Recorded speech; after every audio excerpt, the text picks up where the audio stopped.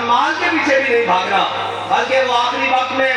ہمارے محسن ہیں، میرے تو وہ چچا جان ہے قاری عارف شاہمی صاحب، وہ آئے، انہوں نے کہا کہ حضرت ایسا کریں ایک اکاؤنٹ کھلوا دیں، وہ کہتے ہیں آپ کو پینشن دینی ہے۔ فرمایا اگر مولوی خادم باتیں صحیح نہیں کرتا اور ان کے معیار کے مطابق نہیں ہے تو پینشن لینا میرے لیے جائز ہے ہی نہیں۔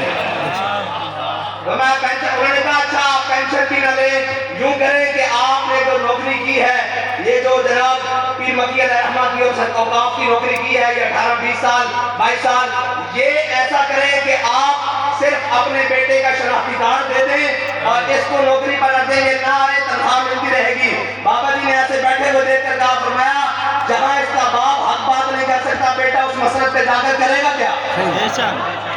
تو میں آپ کو بتائیں گا دین بیچنا نہیں ہے، دین آپ کا مول ڈالے گا،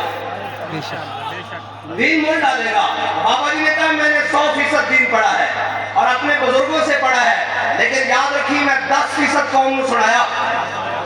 فرمایا میں قوم 10% سنایا، 90% سینے پا کے قبر پڑ جانا۔ فرمایا عالم کا مطلب یہ نہیں ہوتا کڑی گل پڑی قوم نے جا کے سنا دیتی۔ فرمایا نہیں عالم کا مطلب یہ ہوتا کہ قوم دے نال وہ گل کرے جس دے نال قوم میں جذبہ اور غلبہ اور دین دی سمجھ بتے، نہ کہ روز روز نویں کٹے کھول کے بیٹھے ہوئے۔ ایک تو پھر عملاً کر کے دکھایا نا، لوگ مولویوں کرتے کرتے کہ جناب جدو